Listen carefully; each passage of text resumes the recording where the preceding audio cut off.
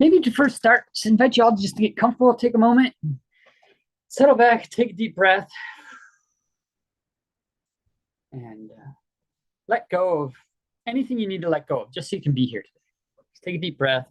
So there's busyness, you can just set it down like you'd set down a notebook. You can pick it up afterwards if you want, but like anything that's like busyness, you can set it down, take a breath, and relax.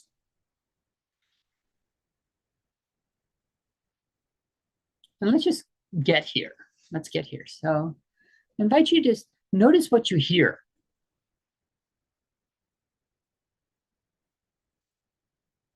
What's close by? What's the farthest thing away you can hear?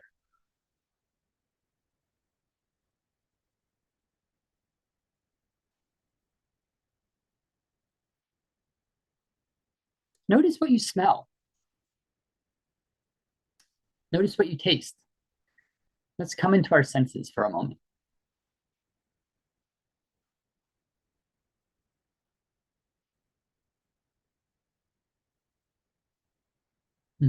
Notice what you feel. Maybe some sunlight or a breeze, maybe the clothes that you wear, or where you're sitting, maybe the cushion you sit on. Notice what you feel.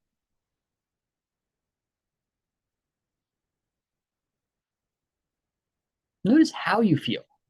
How are you feeling right now?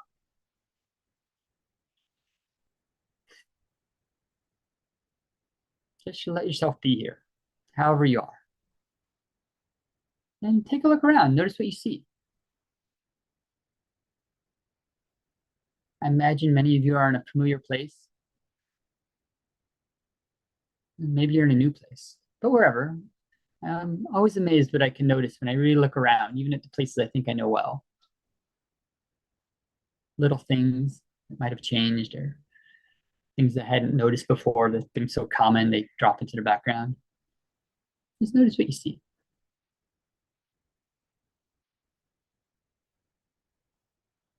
And with that, I want to say welcome here in all of our senses and all our being for tonight. So we talk about plants. Love plants. And I'm glad there's so many of you that want to come and join me as we talk about plants. I'll start off. My name is Charles Williams, and I love plants. I love flowers, I love seeds, I love talking about plants, and I love learning about them, all sorts of things about them. I'm talking to you from Mi'kma'ki, the traditional unceded territory of the Mi'kmaq people up here in what's also known as Nova Scotia, in the area called the Skiggy-Wagik. So if you feel up for it and would like to, you can put in where you're at. And if you know the traditional peoples that land you're on, you can put that in there too in the chat if you want. Just welcome everybody here, however you'd like to be welcomed.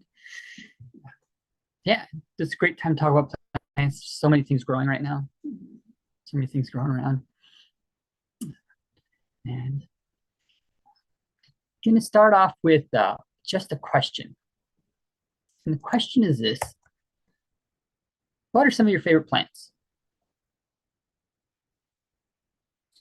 I see some people put things in the chat. So I put in the chat, I put a little link to a Menti. It's a thing that you can fill out. You can just write down, like, what are some of your favorite plants? I'd love to know what are some of the plants that you love, whatever they are.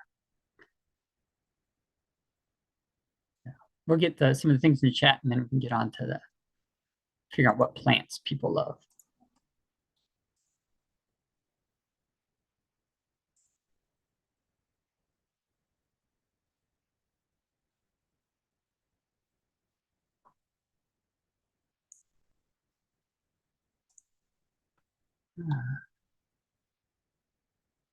Saskatoon, Muskogee, LA, Klamath.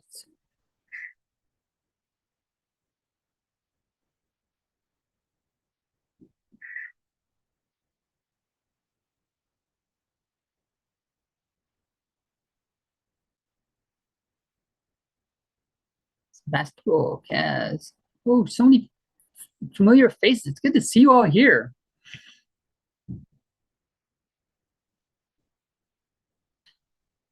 Welcome, everybody. For those who are just joining us, we have people are putting down where they're at, where they're calling in from, zooming in from. And then there's a little link I put in the chat where you can go and let us know what are some of your favorite plants, because I'm curious, what are some of the favorite plants that are out there?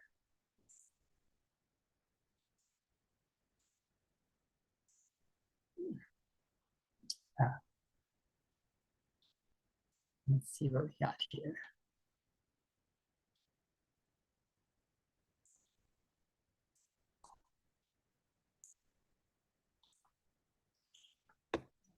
Pine, maple, lavenders, mosses, yuccas, dandelions, tulsi, coffee, fern, Oregon grape, scarlet globemouth. I love having a group from so many different places. We get all these great plants that grow all over.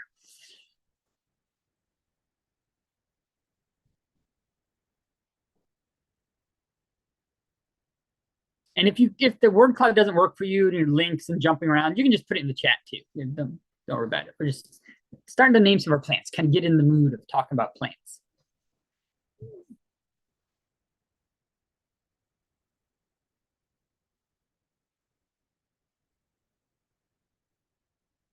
Ghost pipe. Oh, fun ones in here.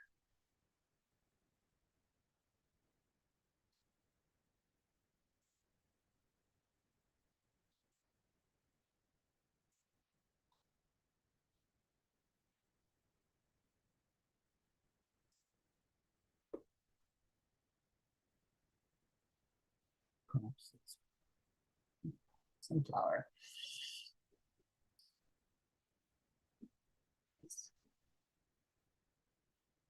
It's fascinating that there's nobody who's said the same plant twice so far. The words get bigger. Many people say the same plant. Different plants.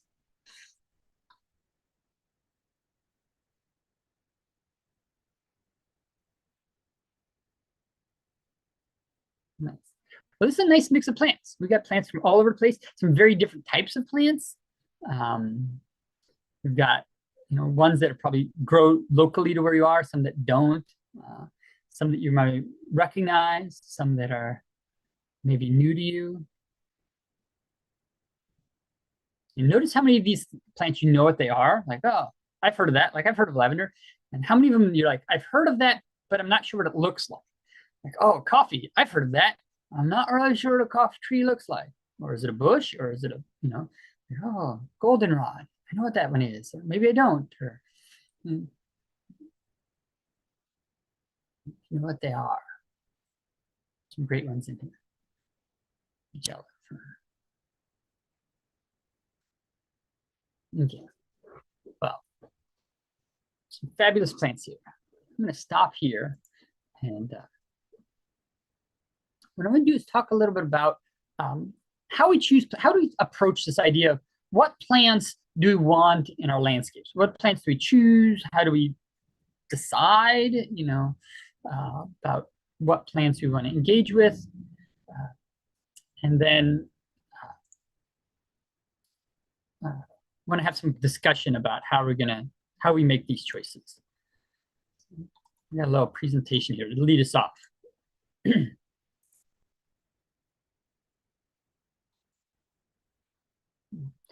So before I go much farther, can people hear me and can they see a slide that says plant selection? I have one no, a few yeses.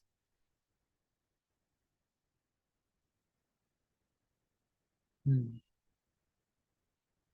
think I've got some yeses people can hear and see. So I'm gonna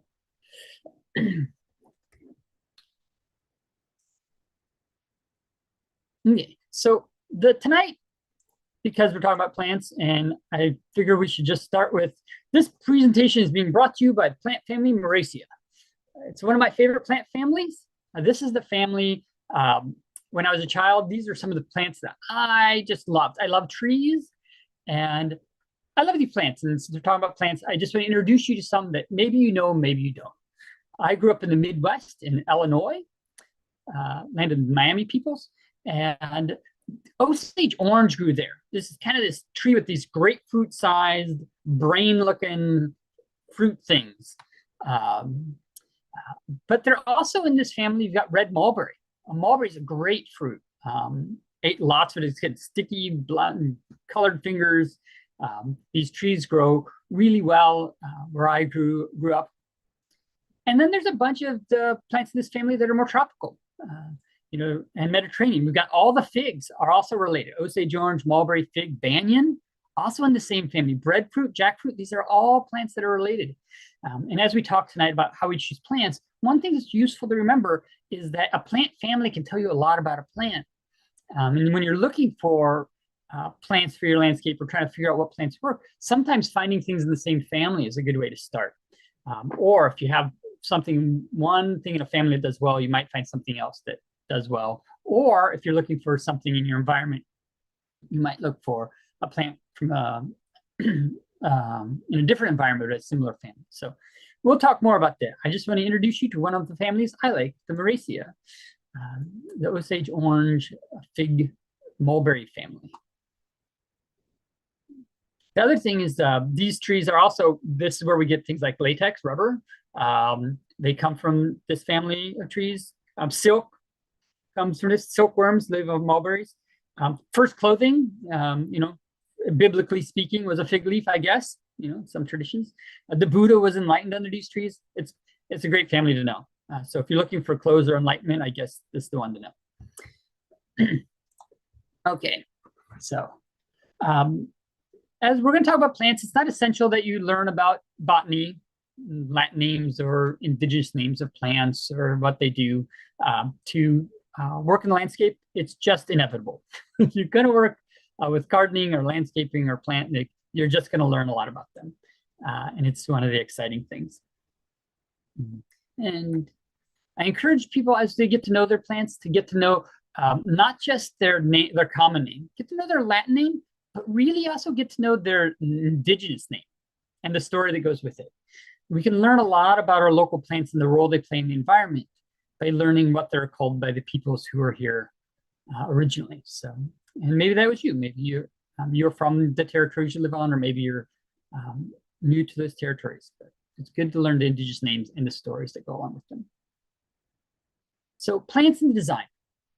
How do we start to choose our plants? How do we approach the idea of what plants do we want and how are we going to manage them? And I think whenever we're talking about what are we going to choose in our landscapes, these are some of the criteria about how I would approach it. What is my goal?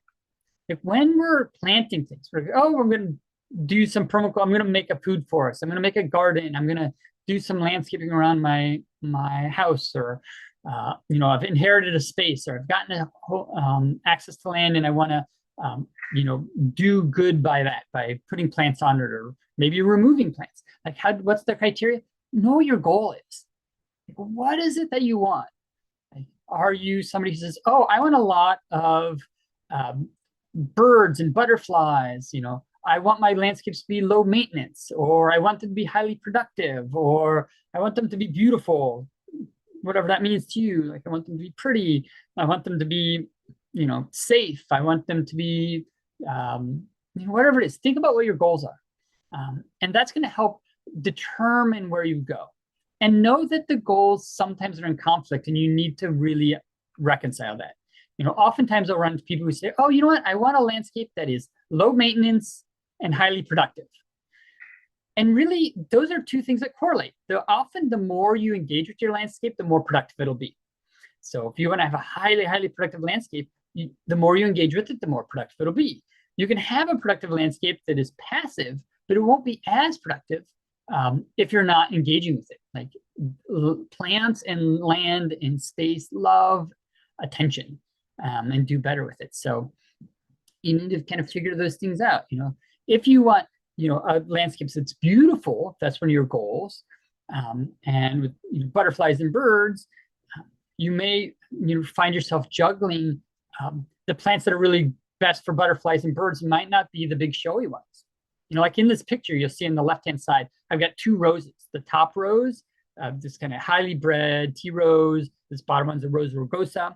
if you're a bee and a pollinator and you're like, oh, I want to get in there and get some pollen, and you want to go wiggle around, if you're a bee, which of these flowers would you want to try to get into? Like, which one could you actually get to the parts that have, where the pollen is, all the anthers and stuff? Like the rose, the old rose, the one that's open, is easier to get into. And sometimes the most showy, highly bred, beautiful, quote unquote, beautiful plants aren't as good for our native insects and birds and butterflies. So when we say, oh, we want it to have a particular aesthetic and we want it to be wildlife friendly, sometimes those can be at odds. So we just have to figure out what our goals are. So know your goals. Figure out what plants fit into your ecosystem. Like, where type of ecosystem do you live in? Do you live in a Mediterranean? Do you temperate forest? Do you live in, the tropics? What's your ecosystem? Are you in a wet area? Are you in a dry area? Do you have an area that gets a lot of wind? What is the characteristic of your ecosystem that you're in? And start to select plants that work well in your ecosystem. You can always pick plants that are on the edge or outside of your ecosystem. It just means you have a lot more work to do to try to keep them alive and healthy and happy. So try to figure out ones that fit into your ecosystem. And normally, natives that are native to your area fit better than something far away. Not always, but normally that's the case because they have all these complex relationships. For example, here at the bottom, I've got two different berries. The one on the left, this big kind of red one, kind of directly in the middle, is a thimbleberry, North American native, beautiful. It's not hugely productive. I like them. They're big, big berries, a cane like a raspberry or a blackberry.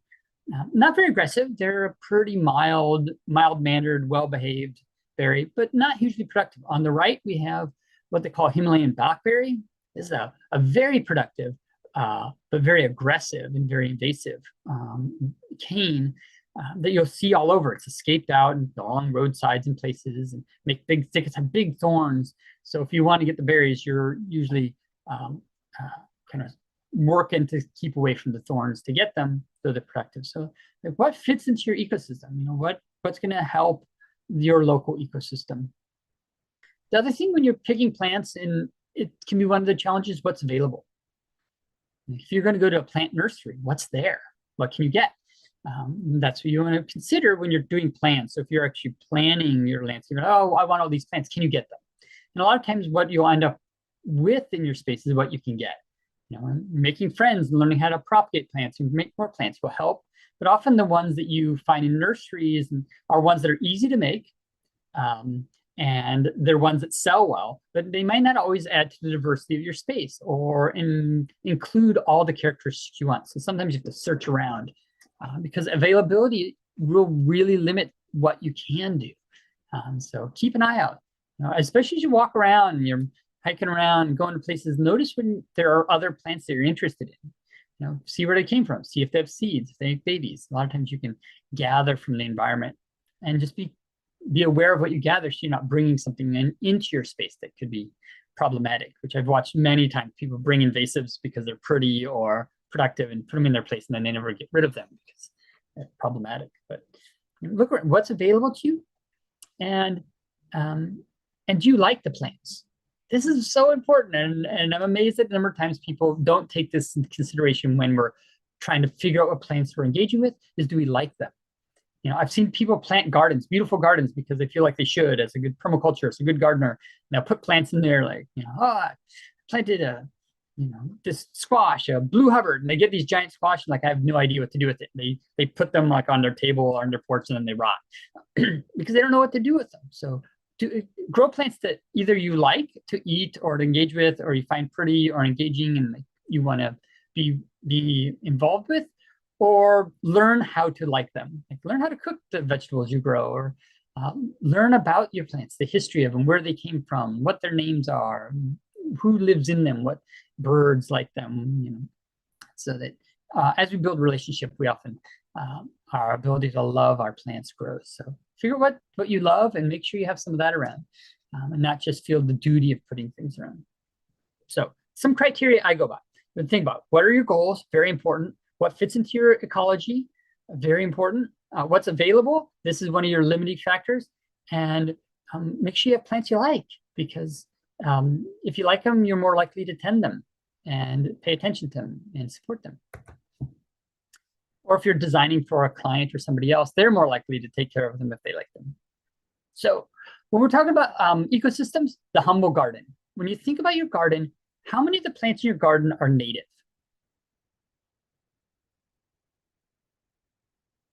Can you think of any plants that are in your garden that you planted that are native?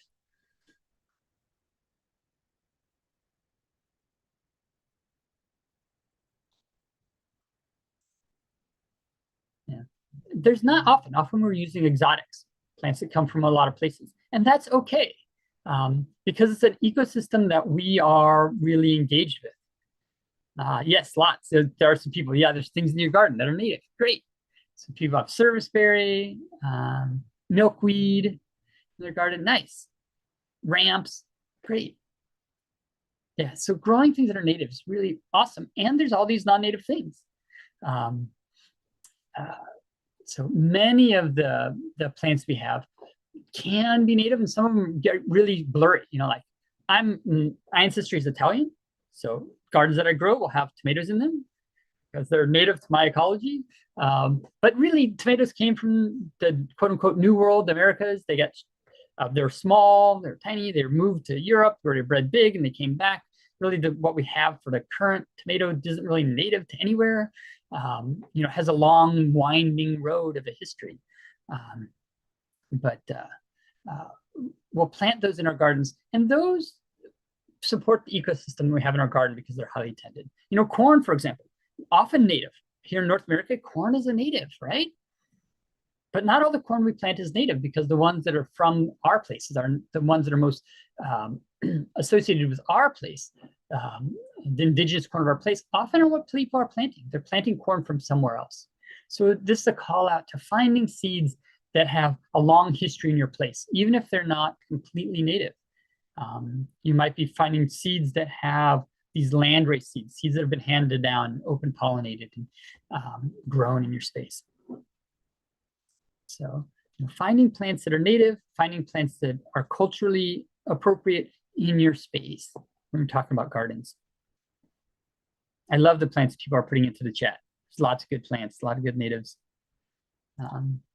So when we have gardens, there's more exotics in them, but they're a highly managed system. When we move out of our gardens, we're talking about our landscapes. This is when we want to be a little more choosy about our plants and making sure they fit our local ecosystem. What is your local ecosystem? What type of things will grow well there? What is native to there? So once you move out of the parameters of your highly tended garden, you're starting to get into these spaces that you're engaging more with the local ecosystem. They're less managed.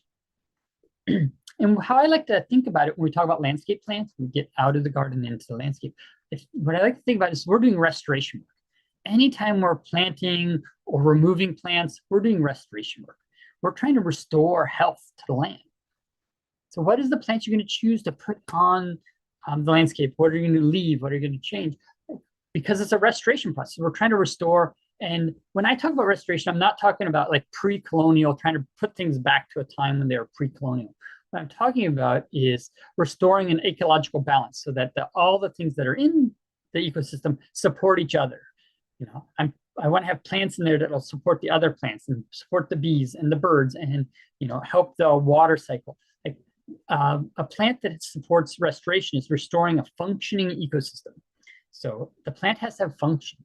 That's not just for human consumption or because we like them. But what else can they do to help all the other things in the ecosystem? So when we're picking plants and thinking about plants, what are the ones that do this? Of a relationship. So we're building relationships. We're trying to plant to the idea of relationships. And the relationships go beyond just other plants, but it's birds and bees and butterflies, the animals too. So how are we bringing that together to make our healthy landscapes? So I encourage you, when you start to question what plant belongs, what plant to put there, is like, what role could it play in the ecosystem? Does it support other plants or other animals? And then we start to get this place where we start to think about what what we want. You're like, okay, so in a space, you're like, oh, we want to have a tree, we want some shade, what tree would be good there? Lots of trees give you shade. A lot of them will play nice with their neighbors and be good for insects and birds and animals and other plants.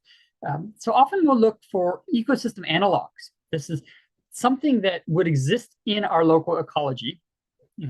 Here it might be like, oh, we've got, an maple tree. And like, oh, maybe I don't want to put a maple tree there, but I could find another tree that could do that came from somewhere else. This like a standard apple tree, a big apple tree. So it could take a similar place in the environment. They provide habitat for similar birds. They have similar cover, but the apple tree is going to produce apples instead of maple trees that don't. So sometimes what we'll look is say what could go in here that and what are some of the other things that aren't for my local ecology I could put in there that still would be supportive? So there's these analogs that are out there, ones that'll do the same role as other things that are native to our environment. So often we'll look for ecosystem analogs to put into our spaces. You might find adaptive cultivars. So many plants, especially the ones that we eat, and some of the ones for medicine, some of the ones for fiber, have been cultivated to be very productive in a certain way. So there's a native hazel here in where I'm in Nova Scotia. We have these native hazels, beautiful, wonderful plant. Though you could get another hazel that it may be slightly bigger, slightly smaller, maybe more productive, have bigger hazelnuts than native, but it could play the same role in the ecosystem. It's a cultivar. It's been bred to produce more nuts, and they're often names. They have all these, funny names for all the cultivars. So you can get a cultivar that you can put into your landscape if you either couldn't find a native, or if the native didn't quite fit what your needs were, but you still want to have something that fit ecologically speaking. Oftentimes we'll select our cultivars. Which one of these kind of bred varieties, often named varieties, do we want to have? That's another way in which we can start to think about what plants we have. And I'm going to touch on this, and then we're going to come back to it, is that active migration is something that's happening often when we're talking about plants, and people are starting to select plants that grow in south of us in warmer spaces and moving them north. Plants move just like humans do. They walk slowly, but plants migrate over time. When there was an ice age, a lot of our plants were farther south, and they migrated up to fill the space when the glaciers melted. And plants are always moving. Active migration is when humans are taking moving seeds to help that go a little faster. So we have this climate change thing going on.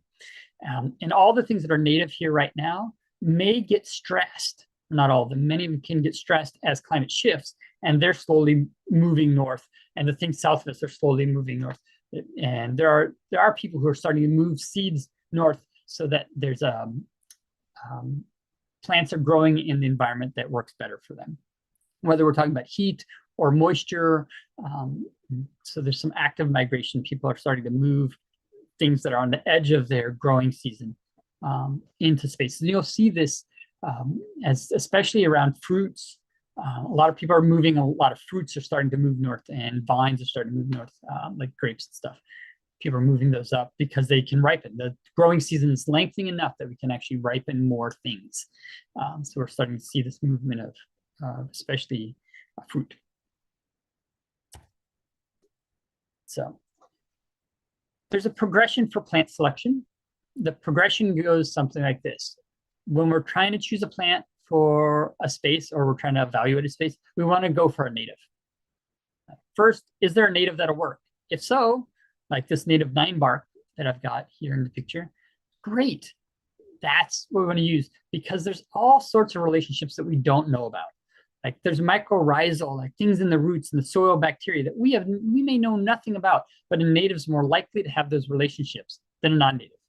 There might be a particular butterfly or moth or ant or beetle that really likes that plant and had evolved over thousands of years that you might not know about. But just because you use a native, it's more likely that you're going to be supporting all those relationships that you don't know about, or science doesn't know about, or like people haven't told you or described. So natives are really important to use whenever we can.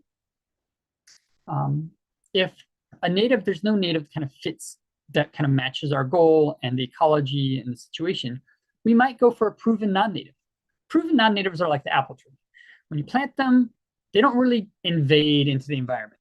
Apple trees are not invasive. They will move, you'll find a wild apple here or there, but they're not destructive. They don't push out other species. They don't, damage the environment or damage the habitat. So there's a lot of proven non-natives that can use. What I like to encourage when we talk about proven non-natives is, do they have a role in the ecology? Like not just a showy hibiscus because it's beautiful, which is great. I could love a good showy hibiscus plant. But some of them are more supportive to our environment than others. And can we pick some plants that have some support in the ecology? And sometimes that we have to adjust our aesthetic. There's a way in which I think Western culture has really taught us and pushes heavy, like high stimulus environments. I was just watching the Democratic National Convention the other night. High stimulus environment, like fast, bright, lots of things going on. And I think people design landscapes around this, like this idea of like everything's flashy and big and bright. And, and sometimes you got to really appreciate the small flowers that the insects might like more, or the green flowers instead of big red ones, or, the vegetation that's more subtle. So it's like learning a bit of subtlety to appreciate the landscape. And also, work with plants that support the aesthetic of other plants around them. And we're not going to talk a lot about design tonight, but the idea that when we plant our plants, if you're looking for something to be aesthetic, sometimes you're looking for texture variation, height variation, color variation.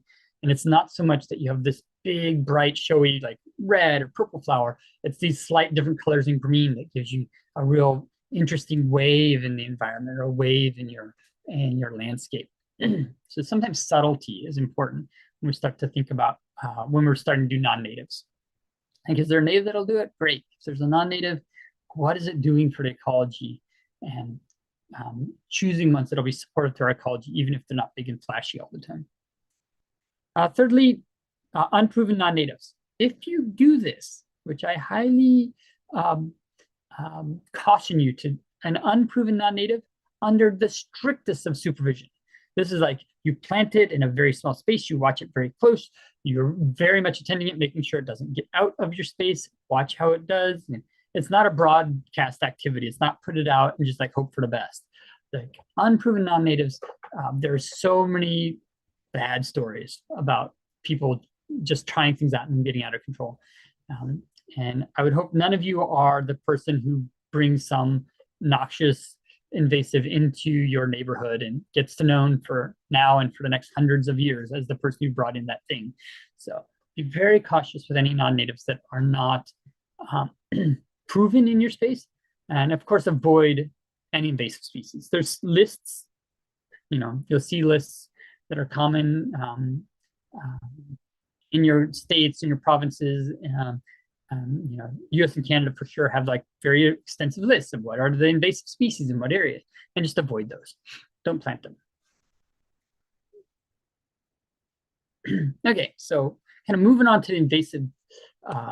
So once you've kind of started picking your plants, working with plants, you use these criteria to kind of figure out what plants you want, have fun with it, attend the plants, find ones you love.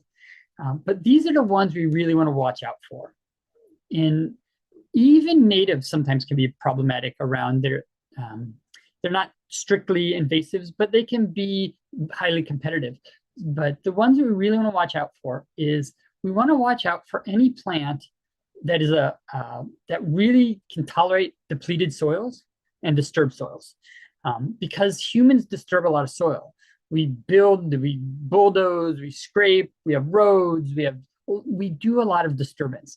So this is where a lot of our invasives start, is they're able to colonize disturbed soils and then take over because they can outcompete anything else, because they can live in harsh, dry environments. A lot of them are nitrogen fixers, because one of the things about a depleted or disturbed soil is it doesn't have much nitrogen in it. A lot of plants can't live in it, but nitrogen fixers make their own nutrients, make their own fertilizer. So we want to especially watch our nitrogen fixing plants. And you'll notice these are things like your brooms, your Lespedizas. These are the ones that will take over. And in some places around North America, they're huge problems. These nitrogen, autumn olive, the Aleagnus, these are the ones that are taking over. In the Southwest, you got the mesquites, especially if you get out of North America where they're native to. Your mesquites, you got your acacias. All these plants are the ones that we're going to really watch out for, highly invasive. The other ones are drought-tolerant grasses. This is often the bane of roadside engineers who think they're doing good, and they're like, "Oh, we need to stop erosion." And they get some Africanized grass, and they put it, and it takes over. These drought-tolerant grasses that have been used for erosion mitigation all over, especially the Western U.S. We want to be careful of those. So those two are going to watch. Other ones you want to watch are in the shade, if you have shady areas, is vines.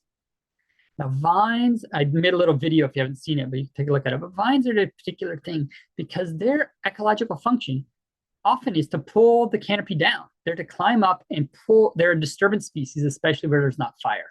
They're to go up and pull down the trees to create openings. Well, that's problematic because it pulls on our designs and our landscapes, and ones that don't have a balance with the environment, these non-native vines, can really be problematic. Kudzu, ivy, wisteria, even hardy kiwi is starting to be a problem in some places. So we want to be careful with our vines. Whenever you're talking about vines, you're thinking carefully. If anybody's had morning glories take over their their garden, you know what I'm talking about, like vines or things like vetch. Some of the vining vetches can really be invasive. So you want to be very careful with vines in your environment. Pick them carefully. And if you're going to use a vine that can really kind of take over, you want to really keep on top of trimming it back and keeping it away from getting out into the environment. So be careful with vines. Rhizomial riparian plants, these are plants that spread by root nodules in the riparian area. These are there's lots of them. Once they get in the riparian areas, they're problematic. Up here we have Japanese knotweed, and it grows all over, but it's this type that is the problem. And then any water plant, just in general, if it's a plant that grows in water, floats and grows in water, and it's not native, be very careful and avoid them. They get out of control very easily. So those are the ones to watch for. And I'm going to stop here, and then we're just going to have some conversation. I think this is enough to get us going. You're learning to live with your bindweed, your morning glories. They're pernicious sometimes. They're pretty, but in the garden they can be tough. Okay, so I want to open up some conversation about what you're running into, what you're seeing in your spaces. If you have questions, we can talk through either plantings, plants, choosing plants, or invasives and non-natives. And Pei, did I see a hand? Yeah, this is probably a silly question, but just because I am starting to understand things finally and work with plants. And yesterday I went on a tree tour in our big park nearby, which was really great, discussing all kinds of things. And they have a weekly group that meets that pulls out all the invasives, various different mustard greens and all kinds of vines and various things. Anyways, why do native plants or plants used that are native to the region, why do they not get out of control? How do they manage to curb themselves to work with all the other things around them? It's about this relationship around biological balance. So they've evolved with all the other plants. So there's something as they evolved that basically learned how to take them out, to be like, oh, there might be an insect that eats it, might be an animal that eats it, might be limited by the sun or the shade or the water. Like, it has some limiting factors. Usually, the one reason invasives get out of control is they occupy a niche in the environment way better than anything else does. So if you can be the best in that niche, you can survive in it. So what often happens with the natives is there's something that'll compete for the same niche. Like every niche has a set of resources, and everybody's competing for resources. But if you happen to have a competitive advantage for those resources, you can win out. So that's often what happens with non-natives, is like they were competing in a different environment and they got really good at doing this thing. And then they come over to this environment like, whew, I have no competition. I win. So in their native environment, something else outcompetes them, or at least competes to keep them in check. So there's something in the environment that either competes with them for resources, or something that says, oh, you're really productive, I'm going to eat you because you're a food source. And they've evolved together, so it's evolved slowly and everything stays in balance. But when you bring something from outside that has no predation, or it has a really aggressive niche that it can fit into that nothing else fits into, it can beat everything else out. Thank you. Yeah.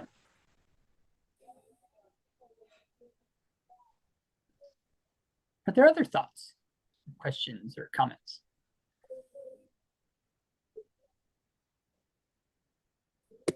Well, there was a question about glyphosate. I figure out it'll come up, but somebody brought it up before we started class. So glyphosate, Roundup, you've probably heard about it.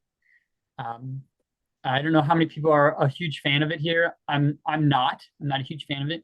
There are moments where you can use it, but by and large, let's avoid using broad spray glyphosate. It's an incredible broad spectrum herbicide. It kills lots of things and get in the water, it moves, lots of problems.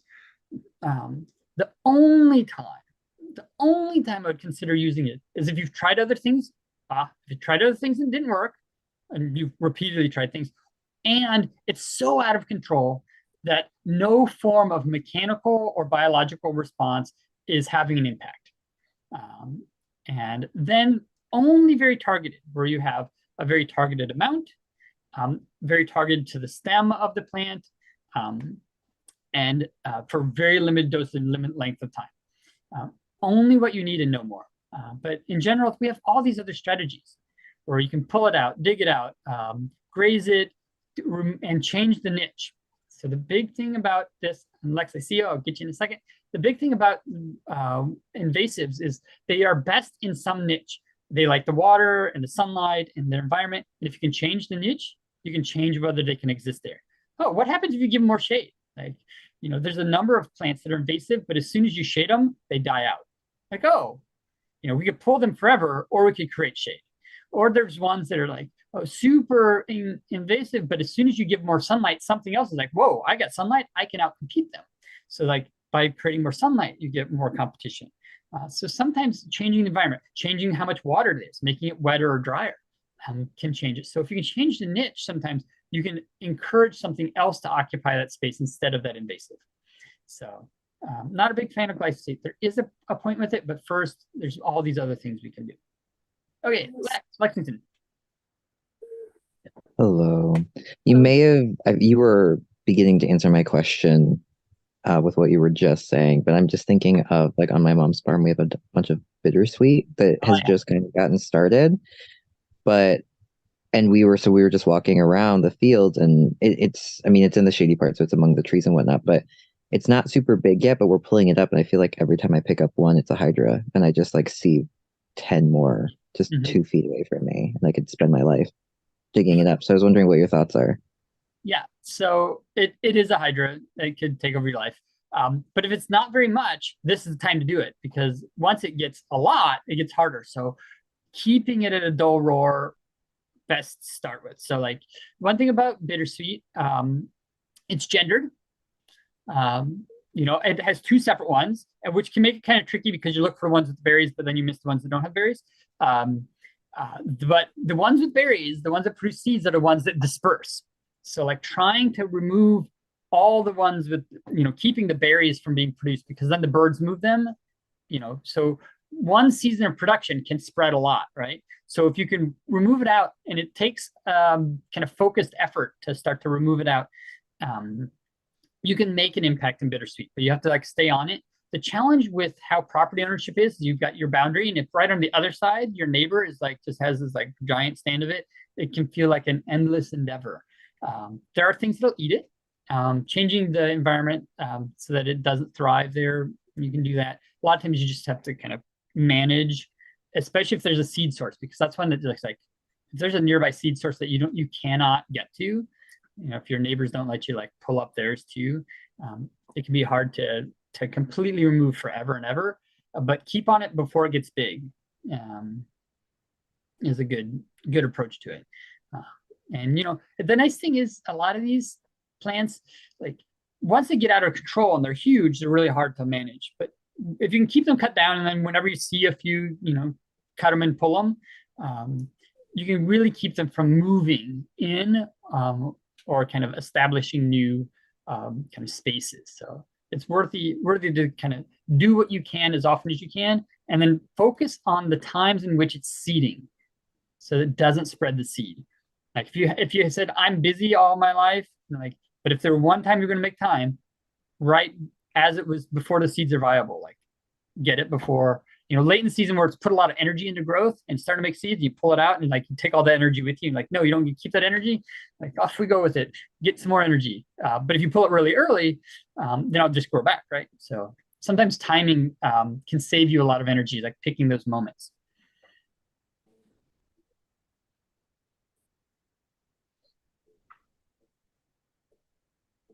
Bittersweet, oh, all over. And you probably even go to the nursery where you are. A number of places I've lived, it's like on the banned list, like no invasives. And you go to a nursery and like, here, we'll sell you a bittersweet. And you're like, wait a minute, I was just pulling that all day. Like, why are you selling that to people? So also advocating for your nurseries, if you see it in nurseries, for them to stop selling it. Because that's not helpful at all. Thank you. Yeah.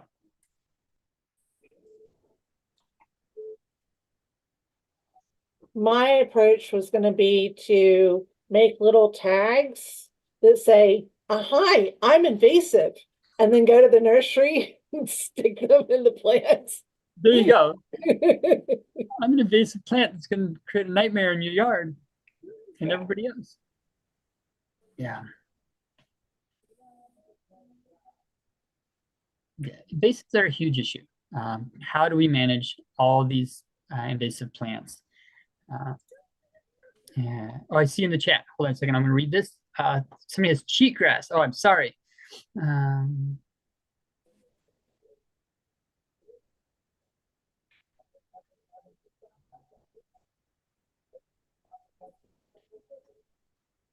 Yeah, cheatgrass is a hard one. Let me take a look. I'm just reading down here.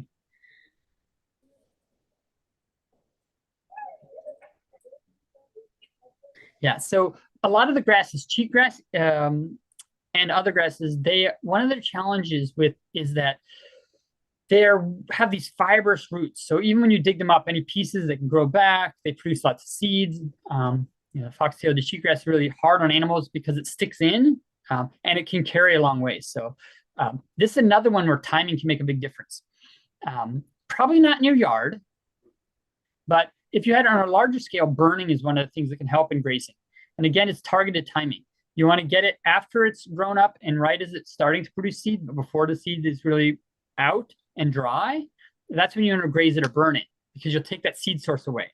And it needs that seed source. So a number of years without producing seed, you can watch it die back. If you got things like Bermuda grass, not so much true. That one you've got to dig out. Sometimes people do these like tarps, tarp over an area. You'll see this where people like tarp over an invasive and try to keep it undercover for a couple of years so it doesn't get any sunlight. That'll work for some. A lot of them will store in their roots. When you take the tarp off, they'll start to grow again, but they're weak. And that's the time where you can either graze them or pull them. So when you think about invasives, also think about roots of an invasive, of any plant, is their battery, their storage. That's where they store all their energy. So if they put a lot of energy into growth and you take that away, and then it takes the stored energy and it puts it to growth, before it spends a lot of time with its leaves, its solar panels out, if you remove it again, you're mining out of the roots. So whenever you have an invasive that seems to just be coming back and coming back, cut it.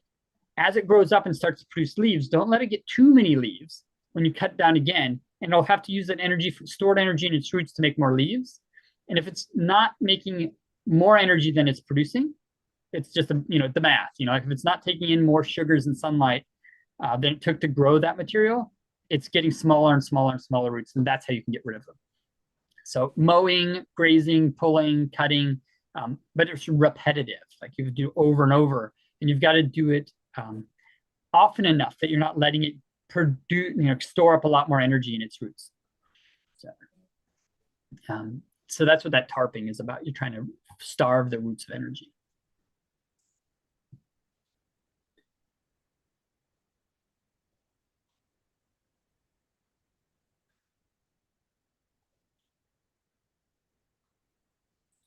Yes, so there's a conversation about glyphosate in the chat. And yeah, so the Roundup, glyphosate, it's one of these things that we don't want to use if we don't have to, and it does a specific thing. So it does, as the was saying in the chat, it does break down in the environment, which is nice. So you want to keep it away from the water system. It will move. So it does break down. It doesn't break down as fast in water. So if you're near like flowing water or exposed water, you kind of keep back from that because it doesn't break down as well. The soil helps break it down. So you like keep it back from that and be very targeted. It's not, think of this as like open heart surgery. Like in the environment, we do interventions at times. So like things are going badly. We intervene to do some very invasive something to try to bring it back into balance. But we only want to do it once. Like if you're having open heart surgery every year, something is wrong. just once, like get it under control, and then you're using all these other techniques. So like if you're in a situation where you have to use herbicides, use it as directed in moderation, but not as a repeated solution. It's an intervention, and then you use all these other tools, pulling it and grazing it and shading it, changing the environment as the control.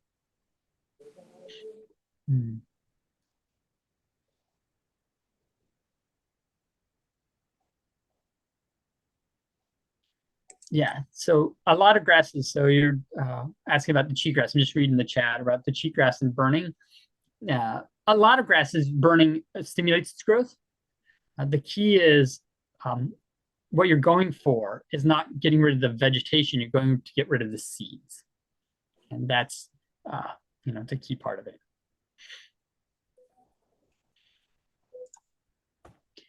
Other thoughts or questions? Are other invasives you run into, or other kind of plants you're like, what about this plant? I've heard lots of different things. Or in permaculture, you'll read a lot of literature that's been written by Australians because that's where it started, and they'll suggest all these Australian plants, and some of them are wickedly invasive. So just because Bill Mollison wrote a book that said use this plant, and he wrote it for Australia, does not mean that you should use it here necessarily. Got to look a little deeper. Especially if you're in the desert Southwest, there's some really invasive plants that you don't want to like move across. And then there's something that just, I don't know if anybody's had Jerusalem artichoke take over in their yard, or if they've ever had comfrey take over the garden. They're not environmentally invasive. They're just in our landscapes, can be hard to get rid of. So just be cautious of plants that are very aggressive. Oh, the goutweed. Oh yeah, Mark, you're right. We have a goutweed challenge up here. And Beth, I'll talk about medicinals in a second. Yeah, goutweed is really hard one to get rid of. Again, this is one of those you have to cut or trim or pull and just be on it and on it and on it until the roots die out. Some people will do the tarp covering or use dark tarps and try to do it, and I've heard very mixed results about that. Mostly it is pulling or digging. Some people do soil removal and dumping, and I don't love this method. This the scrape and dump method where you kind of scrape all this topsoil off and be like, we're just going to throw it all away. I don't love that. It's really bad for the soil, and I think it's irresponsible as a technique. But mostly goutweed is like you've got to get all of it. So again, if you're on a border fence line with somebody and it's right on the other side, it can be very hard. But if you have a garden bed or like a planter bed that has it in it, or part of a yard, but you have to target it. You've got to really be on it for a couple of years to get rid of it. And so don't let it get sun. Don't let it produce leaves and get sun. And Beth mentioned medicinally. And this is something that is true, and you'll see across in the invasive world. People will be like, these crazy plants taking over, they're ruining habitat.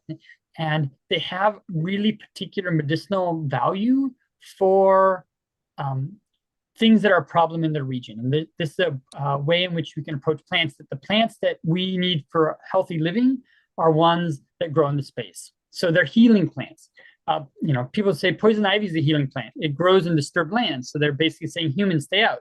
There's a lot of invasives that have a medicinal qualities. So things like kudzu for alcoholism is a treatment. And a lot of places it grows, and this is a problem. There's the broom, Scotch and French broom on the West Coast. It's these beautiful little white flowers, the nitrogen fixing bush, and it lines the roads miles and miles and miles, and it's just like taking over the roadsides, outcompetes everything else. But the flowers, people are using it as it calms the nervous system. It's a nervous system calming plant. It's a relaxing plant, and what they found with these is medicinally, we've known this, but road rage on the roadsides, like documented by the road department, like the amount of road rage in the springtime when the flowers are flowering, the late spring, goes way down. Like during the flowering period, like road rage goes down, flowers stop, road rage goes back up again. So they do have these, trackable, measurable difference. Up here we have Japanese knotweed, incredible invasive. It's one of the few things that'll treat Lyme's disease, which is a problem here. So there is a medicinal use for a lot of invasives. The challenge is turning it into something useful, especially around the quantity. Like, how much of it do we need? And finding other uses for invasives. So medicinal is one way we can start using them. And they do have qualities that relate to the environment they're in.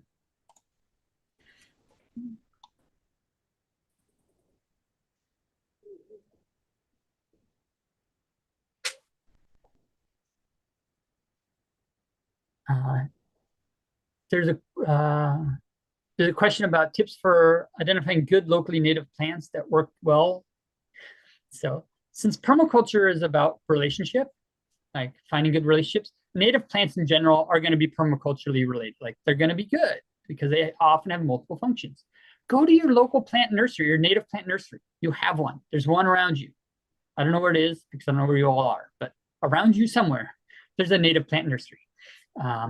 There is native seed companies.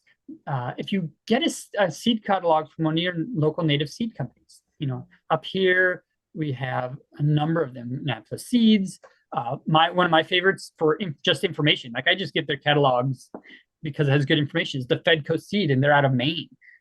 Same ecology. I can't get seeds over the border as easy, but they have a lot of good information. So seed catalogs from native seed companies that are around you. Native plant nurseries. There's a school in the States. They're going to be the land-based universities, and they have ag extensions. Those people are going to be able to help you out too. If you have questions, you can always call your ag extensions. Here in Canada, it's the local ag universities, the ag schools. And I got to tell you, professors who talk about plants, if you call them up, so you can feel awkward the first time, they're just excited anybody's interested. You want to talk about plants? Okay, what did you see? What is it? Let's talk. Let's take time. So like, you can often engage with the local educational institutions as a good place to get some of that. And then there's a wealth of knowledge in your indigenous tribes. So get to know some of your indigenous community. It can feel difficult or hard, or you got to kind of go out there, but there's a wealth of knowledge around the native plants and their application in the environment. And you also can find it in a lot of your gardens and master gardeners and people who've been gardening for a long time. And there are usually community gardens with master gardeners who are just excited to talk to people about plants. So if you're trying to find some plants, they're good places. I highly recommend Dave Jackie's book for the people who are in the Northeast, so in the Eastern Seaboard. Dave Jackie's book, Edible Forest Gardens, on On the west, you've got Gaia's Gardens and some of the things in the permaculture manuals. There's a lot more permaculture publications throughout west, but that you can find some good stuff. Yeah, plant societies. Thank you, Jen. It's good native plant societies. The apiaries, the bee people. There's bee clubs all over. They're great for it too. They know a lot of their plants, especially for the native bees. They're gonna help you out with that. That's good. Yeah, lots of good places. Okay, we've come to our hour. Goes so fast. Any last questions before we break off for tonight? Or comments? Thank you. Before we go, I just want to remind everybody that we have great classes coming up. So here this fall, we have a permaculture design course online. It's going to come up in September if you're interested in learning more about basic permaculture. Our advanced permaculture food, forest, and forest ecology class is also starting soon. If you're interested in either one of those, I believe we're just at the end of the early bird. So if you want to get the early bird discount, go on to our website, earthactivestraining.org. We also have a permaculture design course in person here in Nova Scotia. We meet every Sunday for 9 months. So come join us. If you're interested, you can either come to all the classes or just drop in for some. You can find that on our webpage, earthactivestraining.org. And then later on in the fall, we have 2 awesome classes coming up a little later. One's empowering collaborative groups. So if you work in groups and want to gain skills about working with groups and communities, especially in non-hierarchical groups and communities, that one's coming up. And we have an awesome bioremediation course, which I highly recommend. Laila Darwish is brilliant and talks to how do we use plants, fungi, and bacteria to clean up toxic soils. And this is coming off of both disasters from fires and floods and whatnot, but also from spills and kind of historic pollution that's happened in our environment. Great class, and that's coming up in, I believe, October. So check out what we've got. If you like this and want to join into our class, that'd be great. Hope you have a good night, everybody.